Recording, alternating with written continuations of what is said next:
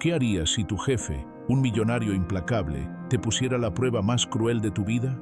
Un hombre lo tenía todo, pero decidió fingir ser un indigente para poner a prueba la lealtad de su empleada. Lo que ella hizo cuando lo encontró en la calle, lo cambió para siempre. Prepárate para una historia que te hará cuestionar qué es lo que realmente importa en la vida. Dale like, suscríbete y comparte. Santiago de la Vega era un arquitecto de la fortuna, un titán de los negocios que había construido un imperio desde la nada, ladrillo a ladrillo, con una mezcla de genio implacable y un cinismo frío como el acero. A sus 45 años, su vida era un monumento a la eficiencia. Cada minuto estaba programado, cada transacción era una victoria y cada relación era una negociación. En su mundo, la lealtad y la bondad eran activos que se compraban. Y la traición era una lección que siempre se repetía, una verdad inmutable que había endurecido su corazón. Su escepticismo no había nacido de la noche a la mañana. De niño, había sido testigo de cómo su padre, un hombre de negocios honesto pero ingenuo, era arruinado por un socio desleal. La lección que aprendió de esa caída no fue la de la resiliencia, sino la de la desconfianza. Desde entonces construyó un muro a su alrededor, una fortaleza emocional que ningún intruso podía penetrar. En su imperio, Volkov Holdings, la única moneda de cambio era el éxito, y las emociones, como el dolor o la compasión, eran vistas como el peor de los pasivos. La traición más reciente había sido la de su mano derecha, Ricardo, un hombre a quien había ascendido desde una posición baja, a quien había confiado los secretos de su negocio y a quien había considerado su confidente. Ricardo, sin embargo, vendió información confidencial a la competencia por una suma insignificante. La traición no fue solo financiera, fue una herida en su orgullo, una confirmación de que su visión del mundo era la correcta. Todos tienen un precio. La desilusión fue tan profunda que se sintió traicionado por completo. Contrató a una nueva asistente, una joven llamada Sofía. Su currículum era impecable, su intelecto afilado y sus referencias eran las mejores. Pero su esencia era una anomalía en el mundo de Santiago. A diferencia de los demás, Sofía tenía una sonrisa genuina que no parecía un gesto ensayado, una calma que no era indiferencia y unos ojos que brillaban con una decencia que él creía extinta. Para él, era una incógnita, un error en la matriz que necesitaba ser resuelto. Una tarde, mientras la observaba trabajar con una dedicación que parecía imposible, una idea surgió en su mente, una prueba. Una prueba definitiva que revelaría si Sofía era diferente o si, como todos los demás, tenía un precio. El plan era sencillo y cruel. Se disfrazaría de lo que más despreciaba, un hombre que había fracasado en la vida. Un indigente. Se quitaría su traje de diseñador, se pondría ropa gastada y se dejaría crecer una barba de varios días.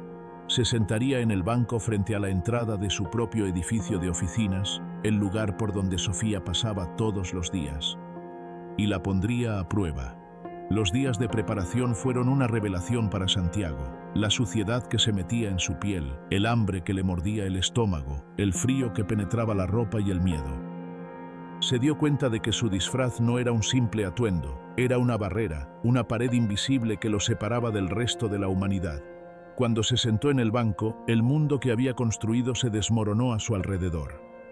Las personas lo ignoraban, los transeúntes le daban la espalda, y las miradas de lástima se convertían en miradas de desprecio.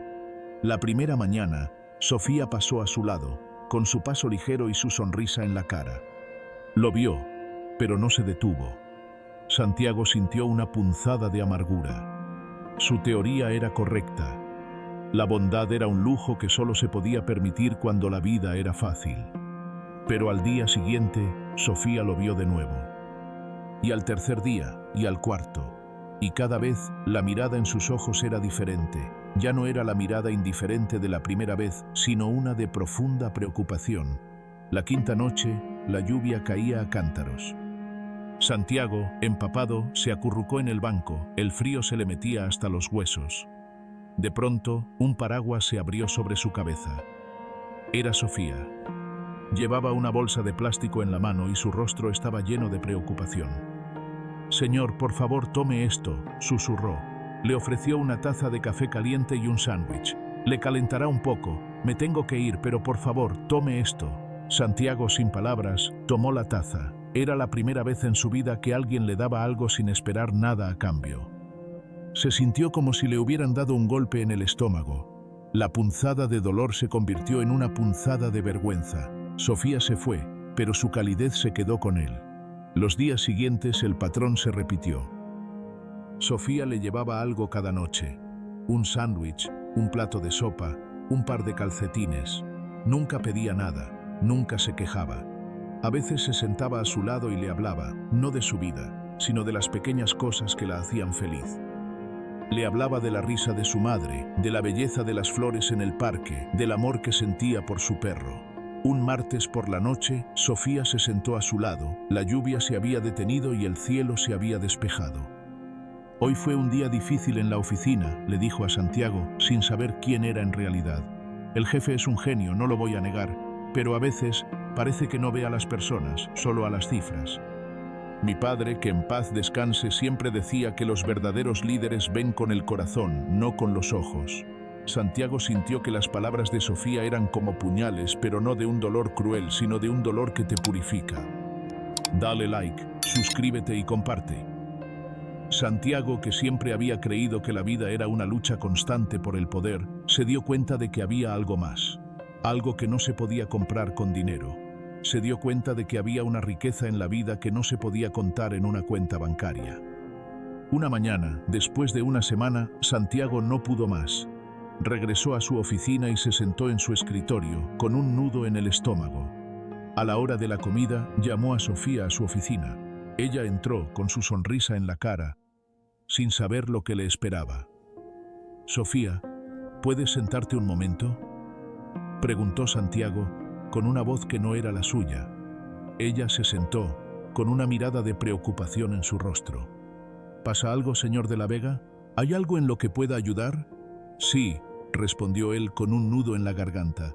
«Necesito tu ayuda para algo». Sacó de su escritorio una bolsa de plástico. Era la misma bolsa que Sofía le había dado. La misma bolsa que contenía la taza de café y el sándwich.